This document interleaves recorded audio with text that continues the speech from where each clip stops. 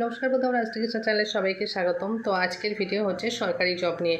দেখা যাচ্ছে তোমার সরকারি জব তোমার ভাগ্যে আছে, কিন্তু এমন কিছু গ্রহের জন্য সেই বারবার সেই তোমার চাকরি পরীক্ষায় বসে চাকরি হচ্ছে না, বা ইন্টারভিউতে গিয়েও তোমার ফিরে আসতে হচ্ছে। তো সাধারণত আমাদের দশম ঘর, চতুর্থ ঘর, সিক্স ঘর, এই ঘরগুলোতে আমরা দেখা যায় কোন শুভ গ্রহ আছে, একাদশ ঘর, 8 ভাগ, ঠিক আছে। এগুলো যদি তোমার রবি থাকে, চন্দ্র থাকে, বা কিছু কিছু গ্রহ আছে শনি, মঙ্গল, বৃহস্পতি পজিশন দেখে আমরা বিচার করি সরকারি জব আছে কিনা।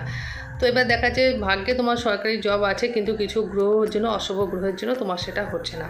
তো সেই সব বন্ধুদের বলি যারা একদম পুরো প্রিপেয়ার হয়ে আছো, বাট বারবার তোমাদের সরকারি জবে বাধা সৃষ্টি হচ্ছে, তো তাদের জন্য আমরা একটা মন্ত্রও বলতে পারি, বা কিছু একটা টোটকাও বলতে পারি।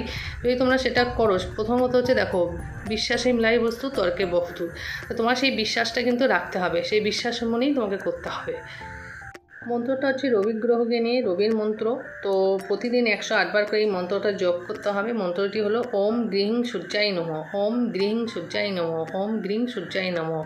প্রতিদিন স্নান করে উঠে সূর্য প্রণাম তো করবেই, তুমি সূর্যের দিকে তাকিয়েও প্রণাম করে এই জপটা করতে পারো, বা নিজের ঘরে এসে ঠাকুর ঘরে বসেও কিন্তু জপটা করতে পারো, কিন্তু করতে হবে। এছাড়া আতপ চাল, জল, জবা টবে দিলেও কিন্তু তোমার এই ধরনের কিন্তু কৃপা আসবে রবি। তো এই ছিল আজকে।